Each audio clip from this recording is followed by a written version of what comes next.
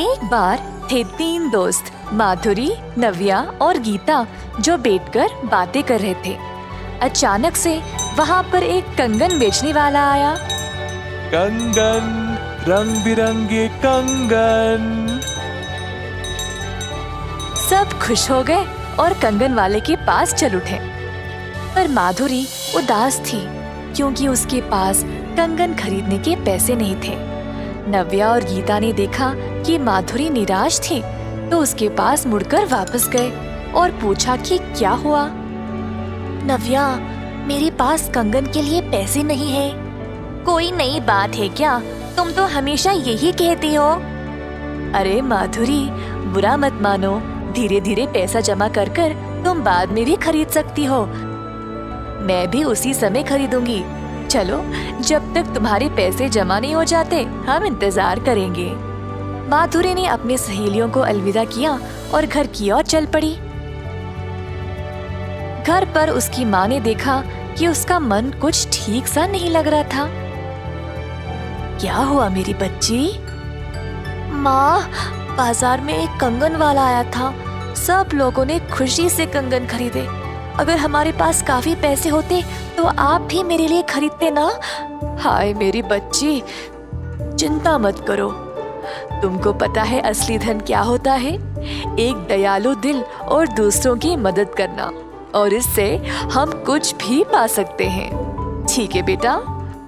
अपनी माँ की बातें सुनकर माधुरी को अच्छा लगा और उस रात वह शांति से सो गई। एक दिन माधुरी और उसकी सहेलियां बातें कर रहे थे जब उन्होंने एक गधे को भारी लकड़ी उठा ले जाते हुए देखा। माधुरी ने गधे की ओर देखा और अपनी माँ की बातों को याद किया। माधुरी गधे का बोझ हल्का करना चाहती थी। अपनी सहेलियों से भी मदद मांगा। छी छी, ये गधा कितना गंदा है, मैं इसके पास भी नहीं जाऊंगी।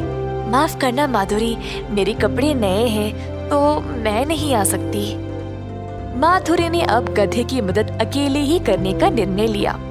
यह तो काफी मुश्किल काम था, पर फिर भी उसने किया। इसी दौरान एक बूढ़ी महिला वहाँ पर अपने गधे को ढूंढते हुए आई। ओ बिल्लू, रुक।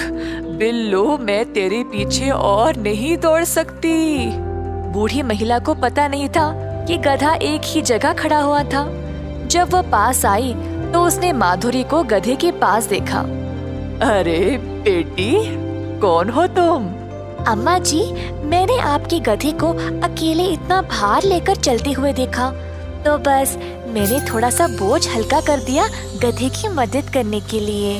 क्या तुमने अकेले इतना भार उठा लिया? वाह, तुम तो काफी बलवान बच्ची हो। क्या तुम मेरे घर आकर मेरी मदद करोगी? चलो, इस लकड़ी को साथ उठा ले चलते हैं। जरूर अम्मा जी। माधुरी बूढ़ी महिला के घर गई और उसकी मदद की। ठीक है अम्मा जी, अब मैं घर चलती हूँ। अलविदा। अरे लड़की, रुको तो सही। तुम बहुत प्यारी हो। तुमने अपने कपड़ों और हाथों के गंदे होने की परवाह किए बिना मेरी इतनी मदद की। तुम्हारा स्वभाव सच में बहुत दयालु है। ये चक्की ले जाओ, मेरी तरफ से तुम्हारे लिए एक तोहफा। माधुरी को लगा कि यह चक्की रसोई में उसकी माँ को काम आएगी और खुशी से भेंट स्वीकार किया।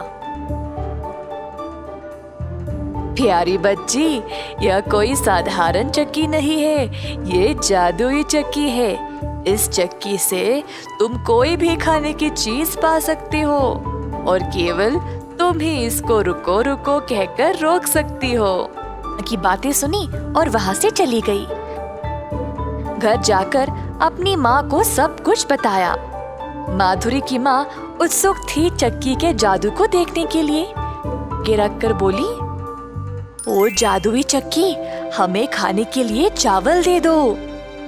ऐसा बोलते ही चक्की चलने लगी और उसमें से चावल के दाने निकलने लगे। दोनों माधुरी और उसकी माँ यह नजारा देखकर आश्चर्यचकित रह गए। चक्की चलती गई और सारा कमरा चावल से भर गया। माधुरी की माँ को अब फिक्र होने लगी। अरे माधुरी, हाय, अब हम इसको रोकेंगे कैसे? जी माँ, मुझे पता है इसको कैसे रोकना है। ओ जादुई चक्की, तूने काम किया सही, बस रुक जा अभी। ऐसा बोलते ही चक्की रुक गई। अरे बेटी, अब हम इतना चावल का क्या करेंगे? अरे हाँ, हम इसको बाजार में बेचकर पैसे कमाएंगे। तो दोनों गए बाजार और चावल को बेचकर अच्छा पैसा कमाया। कई दिनों तक उन्होंने चावल, अनाज, गेहूं सब बेचकर खूब धन कमाया। माधुरी की माँ ने माधुरी के लिए वो सारी चीजें लाई जो उसको चाहिए था।